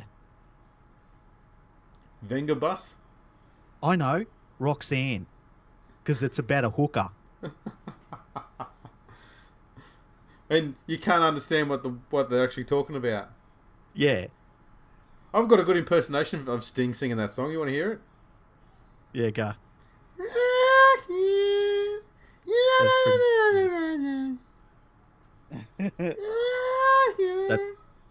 That's pretty much it. Excellent. You don't try and form words, you just make sounds. Yeah. Matt, I've been doing that on the cabaret circuit for a few years. Cabaret. Oh, shit. There we go. Right, well, this game has been My phone fucking enthralled. my phone keeps on. I keep on going to open my phone up, and it doesn't recognise me right now for some reason. Oh, Jason phoned Malolo. He's given up on you. Jason, yeah, it's so weird. Hey, should I add a bit of content for our Victorian viewers? I don't understand. Yeah, go for it. Okay. In the AFL at the moment, the GWS Giants leading Geelong Cats 73-43 in front of the usual GWS crowd. You know they made big inroads in Western Sydney after making the grand final last year. And getting caned in it. Yeah, getting absolutely smashed. People forgot they even existed. That's the thing. They brought out this thing about, no crowds this weekend. The GWS fans didn't get that message. Yeah. They're still there in their droves. Oh man. I love that team and that team that they've put up there in the Gold Coast, because the AFL keeps just wasting money on those teams, and they can waste all their money they like. They are pouring millions into those teams to keep them afloat, and for what reason I don't know. Yeah, it's craziness. Although I can see why, because there's nowhere else on the whole planet they can go to. China? Remember, they've done some work in China. Oh, I know. It's been disallowed. Straight over. Yeah, it's been disallowed. The Storm looked like they were waiting for a try, but there was obstruction. It's a penalty. There's 5 minutes and 41 seconds left here, and this game is 10-all. Wow, did you see? I didn't see the obstruction. Here we go. That's handy. Thanks for that camera angle. That showed it very clearly. That was brilliant. Okay, here we go. Oh, Aaron Woods is taken out. Easy obstruction. See, this should be a golden rule that every club should know when they're playing against a team that's got Aaron Woods in it, is don't run a decoy runner at him close to the line, because he will take the soft option and take the decoy runner and get a penalty every time. He's the best at it. That's so funny. I've never thought of that, but you're right, hey? Every time. I didn't mind it when he's playing at the Tigers. It frustrates the hell out of me watching him playing for other teams doing it. Oh, Magoulas has dropped it. Oh! That's a dog's breakfast. This game is an absolute bludger. It's hard to believe these teams played in a grand final just a few years ago. Yeah, penalty right in front. Easy too. Here we go. Devon Head's going to have a shot at goal here, is he? What a bludger of a game.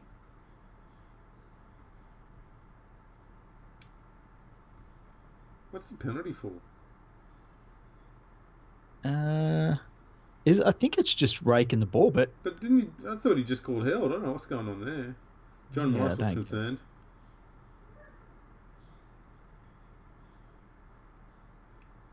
Would you say there was a look of concern on John Morris's face? It's hard to tell. it's hard to tell. Hey, he's got a good poker face. He does. Good looking fella too. I would love to play poker against Craig Bellamy, though. Wow. Every time he gets a 2, it's like, fuck! I feel like you're dealing his cards, and he had a bad hand. Look, he's got up and left. He's angry because they got the 2 points. I thought the clock was supposed to stop when they're kicking goals in the last 5 minutes. I think it's supposed to run down 40 seconds or something, isn't it? No, I don't know what they're doing. Cameron Smith nails the penalty goal. Easy stuff. Oh, that assistant's gone. He's been around Craig Bellamy enough. He's going, I'm putting the earbuds in. It's so funny. It's so funny. I'd never want him to retire. Nah. I can't believe they've got ball kids wearing. They've got ball kids wearing these rubber gloves, but they don't have them wearing masks. Yeah, it's a bit weird. It's very, very How much odd. would you pay to hear Craig Bellamy mic'd up just for one game? I'd love it. And just play it after hours, like 9 o'clock or something like that. Yeah. NRL should have an adults-only channel where kids can't listen to it, and it's just Craig Bellamy going off his block for 80 minutes. Bugger it, make it 90 minutes when he's in the sheds as well. It'd be better than listening to Channel 9's commentary, that's for sure. Agreed. 3 minutes left. Storm are up 12-10. Yeah, it's funny. A lot of people they wrote the Sharks off thinking that they were going to have a bit of a dire season. I know you didn't think they were going to have much of a good year this year. Yep. They've had 2 pretty tough opponents in the first 2 rounds, and they've taken the fight to these sides. That was South. They almost beat them last week. And I mean, there's only 2 points in this game with 2 minutes to go against the Storm.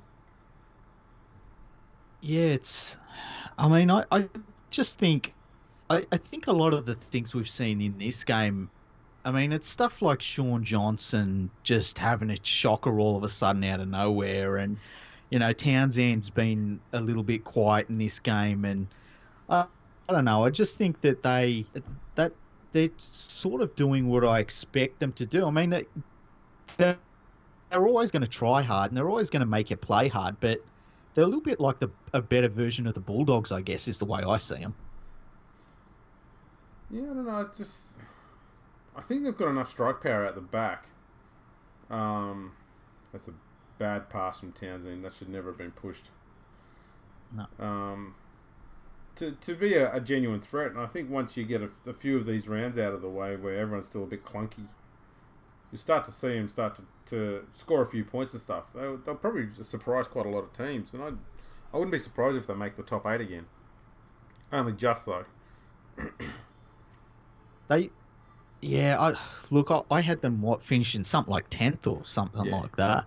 See, I'm wondering how many of the teams that finished in the bottom 8 last year do you genuinely think have got better over the off season to knock the Sharks down? And I can only think of the Cowboys. Yeah, the Cowboys are the one that stands out. I think the Broncos, and they... Oh, the Broncos are in the top 8 anyway. I'm talking about teams that were outside the 8. Oh, outside the 8. I think the Panthers, and that might be a homer sort of decision, but, they're 2-0 so far, which is better than they were last year this time.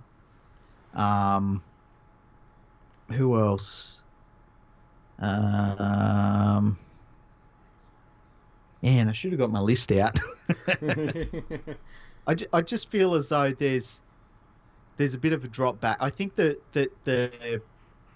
I think the Sharks have dropped back a bit, I guess, is more than other teams have improved out of sight is the thing that jumped out for me. However, they don't Yeah. have Paul Gallen playing in the halves all the time now. Surely that's a bonus. That is true, but he did add some depth to their forwards. It's a funny one. Like, I kind of look at it too, and I've lined them up against the Bulldogs, and I've got them finishing a bit different on the ladder. But the Bulldogs didn't make too many massive changes to their team, but I think that there is an improvement that has still happened with them. Whereas I think the Sharks are almost going the opposite direction with a similar team, if that makes sense. Yeah. I think the biggest thing they've got to sort out is they need to get rid of Dugan, Moylan, Johnson, and obviously Josh Morris is on the way out as well. I mean, that's freeing up millions of dollars. Yeah. And obviously that's what their plan is over the next year or two.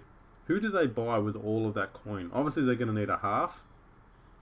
Mm-hmm. I think their fullback, who we've seen play the last 2 games, has shown that he's already good enough, and he's only going to get better. I'd be willing to let Kennedy stay there and grow in that role. Yep. But and you'd keep Sherry if you could, although there's a lot of rumours he's gone already. yeah, I'd be hanging on to him. I even don't mind Townsend, but I'd probably prefer Townsend at 6 and get a genuine 7 at the club who can create. Yeah, they definitely need, alongside Townsend, someone who can control the game. Like, I think he's all right as an offsider to your main playmaker, and I definitely think that Sean Johnson, he's shown it's just not him. Yeah. Johnson needs a genuine 7 who can take over when Johnson's not playing well. And Yeah. Townsend is going to give you the same solid performance every week, but it's never going to be a game-winning performance. And it's fine. Like, like that's absolutely fine. You can win a premiership with a player like that. Yeah, he's like a 6.5 out of 10 every week. Yeah, and like Johnson, when he's at his best, is the ideal player to play alongside him. But the problem is Johnson's best is these days, it like every season it seems like his best number of games is down every year. Yeah. And what's it at now? Like 4? It'll be something like 4 games this year if he keeps that trend going. Yeah, that's the big issue there, and I can only see Johnson ending up in Super League at the end of next year, because I think it's when his contract ends with the Sharks.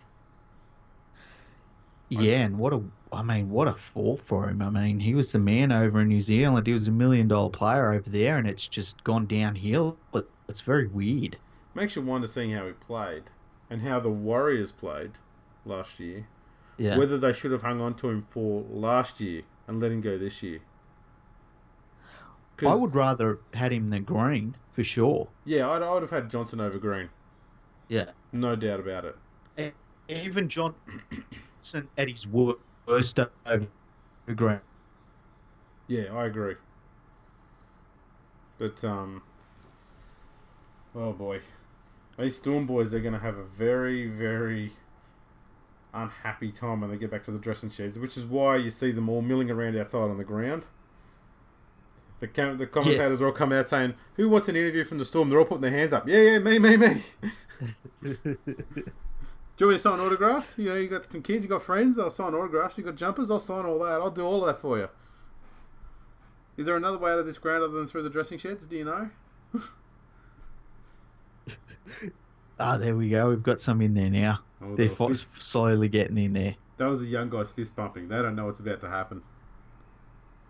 Storm Bellamy hasn't arrived yet. So there we go. Well, we managed to pick the shit games to commentate on, don't we? And they played that. Yeah, we do. We really do. That's good actually, because that means that people should actually tune in and listen to us, because we're a lot more entertaining than whatever they've got on. You'd bloody hope so. It can't be too hard if these are the games they're playing. That's very true. I'm going to go and have a look on the Twitter page to see if anyone has made any comment whatsoever Knowing full well that probably no one has said a single fucking word on there. I reckon, hey. I'm thinking maybe if we turn off the feed for the game, it might settle down the connection too, That might work. Let's do that. There. There we go. Hopefully that works. And now we ran a poll on the Fergo Freak Pod Twitter account today. And I said, live show tonight. Yes and no. Votes to be ignored for no. And 50% voted yes and 50% voted for no, even though they knew that vote would be ignored. Yeah, it was weird that it was 50-50. I thought that was creepy. 32 votes. So Not too bad. To the 16 of you arseholes that said no, ha ha. We told you we'd ignore you. Next time you'll vote yes. They better. It's interesting. We're starting to cultivate enough fans that we've got some pricks following us. I'm wondering if people are starting to hate listen to us yet. Yeah. Well, I think we are getting hate listeners for sure. 100%. That's awesome. Yeah. That's the aim, to get enough hate listeners that the numbers just spike. Now I'm going to do a tweet on here. Are you listening to our live podcast on YouTube? Didn't think so.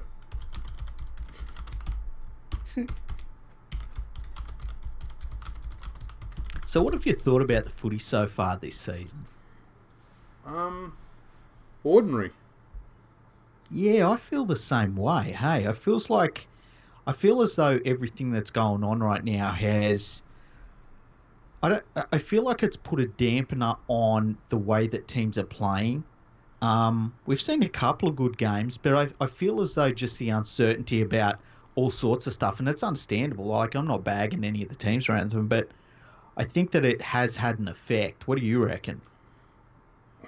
I don't know. The thing I'm finding is a lot of teams are playing very average footy. So the game before this was the Roosters versus Manly, and that game was just as dire as this one. And it ended up being a Manly win 9-8. Oh, really? Manly won that one. See, Yeah. I hadn't seen the result of that one. I think I picked the Roosters for that one, actually. Likewise. And that's the thing at the moment. I'm seeing that a lot of teams, their attack is just looking dire. And you kind of expect it a little bit in the opening rounds, but usually you'll always get one or two teams that are just... They come out of the blocks and just blow a team away. Yeah. And that just hasn't happened. Like, the earlier game too today, the Raiders beat the Warriors. It was like 20-6. It wasn't even like... I think given what the Warriors have gone through in the past 2 weeks and the quality that the Raiders have, that you would have thought the Raiders would have put 50 on them. Yeah. I was a little bit surprised. I wouldn't have been shocked if the Raiders had absolutely smashed them. I feel very sorry for the Warriors. The Warriors are on a bit of a hiding to nothing this year, but the thing that worries me about the Warriors is when it falls apart for them, it falls apart really badly, and it is going to fall apart for them. Like, it's not that so much they're under so much pressure. It's just they're going to get homesick. They're going to have their minds elsewhere and stuff like that. And I know they're professional sportsmen, but they're also people as well. And they're going to be talking to their family members back in New Zealand. Even if they made the decision tomorrow to leave and go back home, they're still not going to see their family members for 2 weeks because they've got to isolate themselves. That's right. It's a really, really tough situation. And so I just hope that it doesn't fall apart. I would like to see them get a couple of really good wins the next few weeks, because if they don't, it's like the players themselves are going to start thinking to themselves, what are we doing here? Yeah, like, why are we bothering with this? Yeah. That is the big problem. I've been loving the fact that there's a lot of people who are not Warriors fans on social media have been going out and buying Warriors memberships. Yeah, that's been nice to see. I mean, the Warriors do need our support 100%. And it needs everyone's support. It needs the NRL support first of all. And I Yes. think they're going to get that. I think that it seems like the NRL have assured the club of a lot of things. I think if they hadn't have, the club would have withdrawn from the season. Um, but yeah, it was nice to see people buying Warriors memberships, wasn't it? It was. It's a very good thing. So I like that people are doing that. It's also good to see that people aren't going stupid about demanding refunds and stuff, and recognising that their memberships are actually helping keep these clubs afloat during this tough period. And I hope that people stick with that, because sure as shit, these clubs are going to turn around and do something in the favour of the fans and stuff, to say thank you for helping us out in that tough period. They will return that favour because they have to.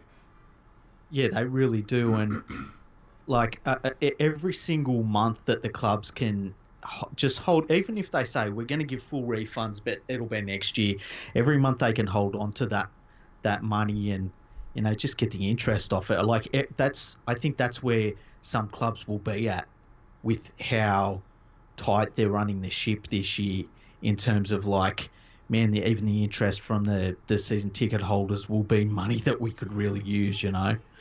Exactly. There'll be something they'll come up with, though. I think that everyone recognises that this is an extraordinary, moment in time, and it's something that no one can expect to have been prepared for. I think we're going to be seeing that very soon in all sorts of areas of small businesses, big businesses, all sorts are going to have some real struggles staying afloat. Yeah. I think that the thing that's lucky for the NRL is that they will be able to have the blow softened over a number of years. Like, I could see where the salary cap was maybe lower when the new TV deal comes in, because they're trying to play catch up still on what's happening right now. Yeah. Now, just watching some replays here. Really not much to replay here. I saw James Hood ornaments on the after match conference and chat. I don't know what he's on there for. Is he happy? I don't know. He's bald. Why do they put him on for post-match talk? He doesn't talk about football. He's a gossip columnist who works for New Idea, isn't he? I reckon, Or Mercedes-Benz, does brochures for them or something. It's weird that Fox Sports had a number of layoffs this week. The people that I saw that were talking about being let go, I didn't recognise any of them. I'm sure that if you watched Fox Sports News, you probably did, but I didn't recognise any of them. I think one of the notable ones was Mark Gasnier.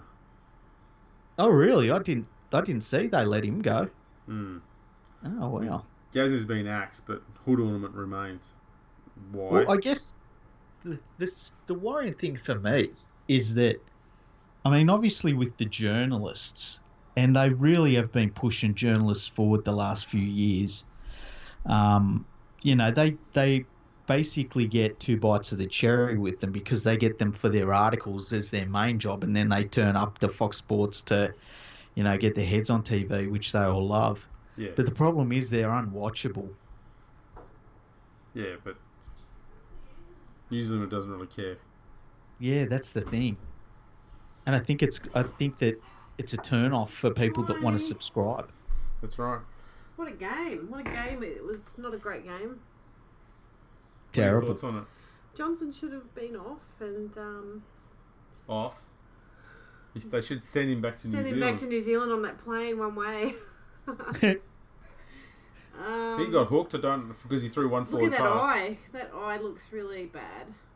Magoulias, how does it feel to be the only try scorer but the reason why the Storm won tonight for that penalty? Yeah.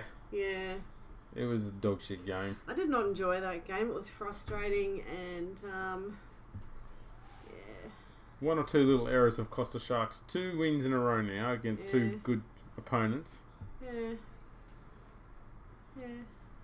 How are we looking at the season? What do you reckon for the season? For for this team. Yeah, Yeah. Sharks gonna make they're top not 8. gelling at the moment, and with what I've seen, it's very difficult to say. It's too early, but look, they can bounce back. They can probably change a few things, maybe. I don't know. So you want really coach then? That's what you're saying, right here. You happy with the coach? I'm not really sure. I'm thinking we should have learnt from last week what needed to be done, but it's just not gelling. They're not gelling yet. And Well, the defence is better. obviously, they've done very well to defend and prevent some tries tonight, but yeah. No.